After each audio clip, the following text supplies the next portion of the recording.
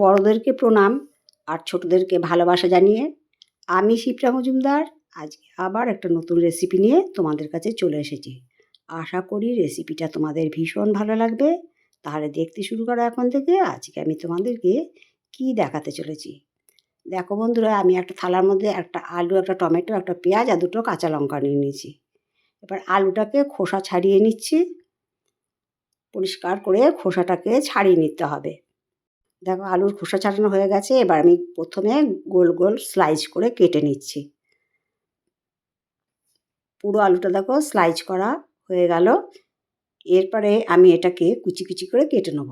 যেমন আলু ভাজার আলু কাটে ঠিক সেই রকম করে আলু ভাজার মতন করে কেটে নেব। একটু ঝিরিঝিরি করে কেটে নিচ্ছি।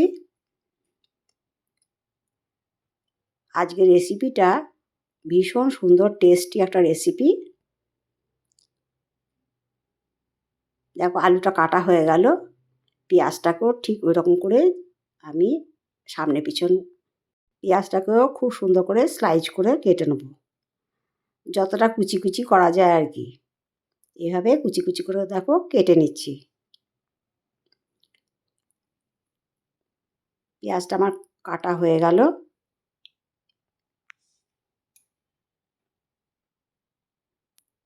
আজকের রেসিপিটা কিন্তু ভীষণ সহজ, আর রুটি, লুচি, পরোটা, ভাত সমস্ত কিছুর সাথে খেতে ভীষণ ভালো লাগে। এবার টমেটোটাকেও দেখো এরকম করে কুচি কুচি করে আমি কেটে নিচ্ছি।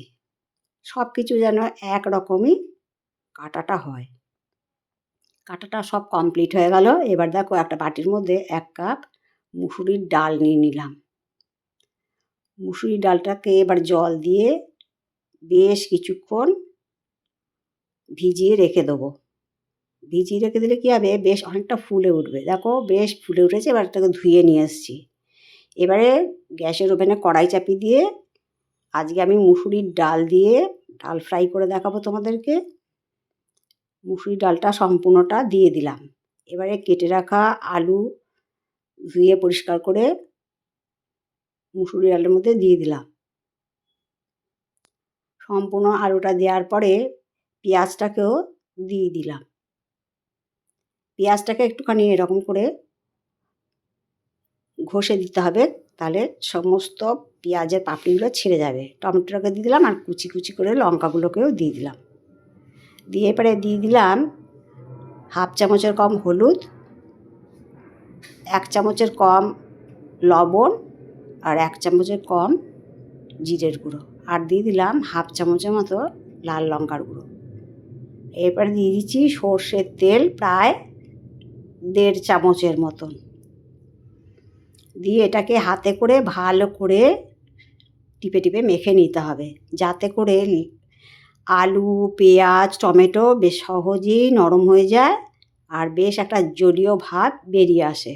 যতটা সুন্দর মাখা হবে ততটা কিন্তু এই জলীয় ভাবটা বেরিয়ে আসবে আলু, টমেটো, পেঁয়াজ থেকে। কারণ লবণ দিয়েছি তো, এই জন্য বেশ একটা জলজলে ভাব হয়ে গেছে। এবার দেখো গ্যাসের ওভেনটাকে অন করে দিলাম, দিয়ে ওই কড়াইটাকে চাপিয়ে দিলাম।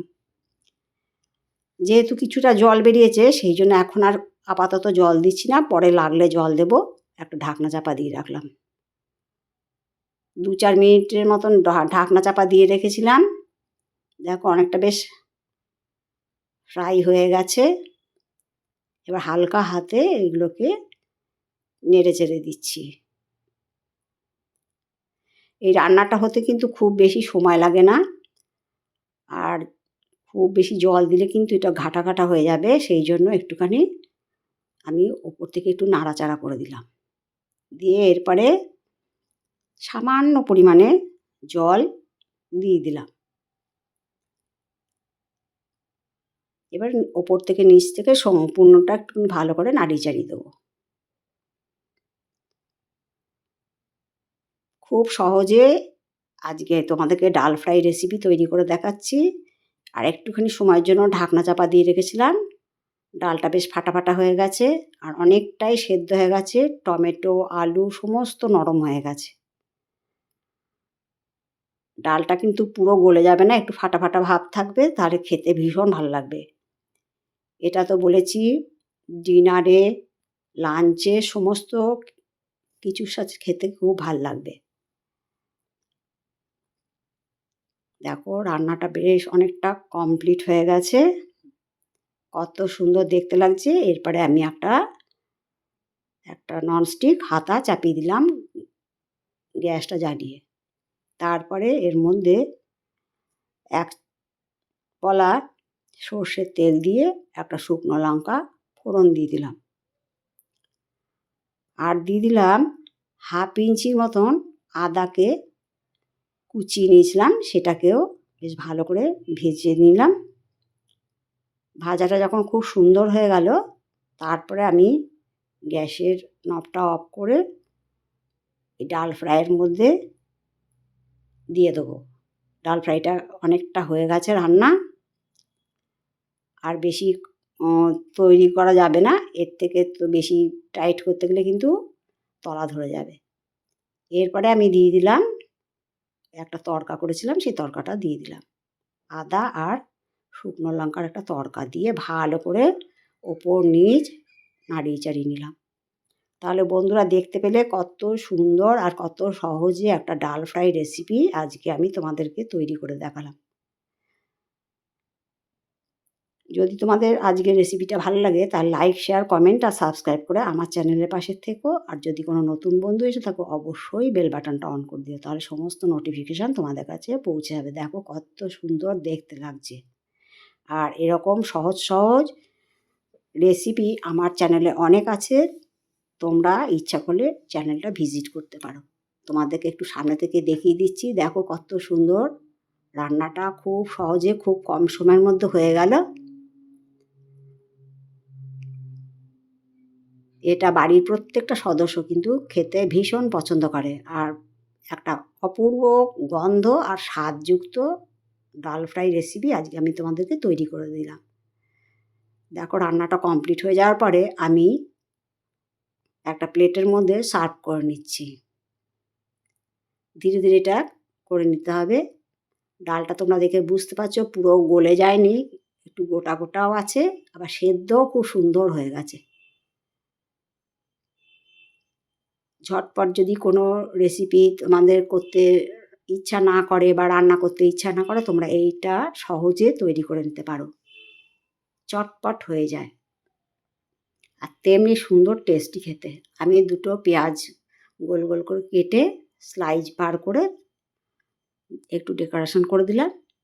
দেখো কত সুন্দর দেখতে লাগছে।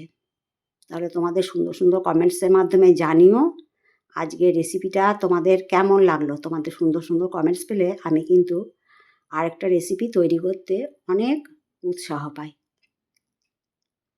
তোমরা দেখতে পাচ্ছ কত সুন্দর দেখতে লাগছে, আর অবশ্যই তৈরি করে খাবে, এই রিকোয়েস্টটা কিন্তু তোমাদের কাছে আরেকবার রাখলাম। আর আমার যত কাছের দূরে বন্ধু আছো, তোমরা আমার প্রাণ ভরা ভালোবাসা নিও।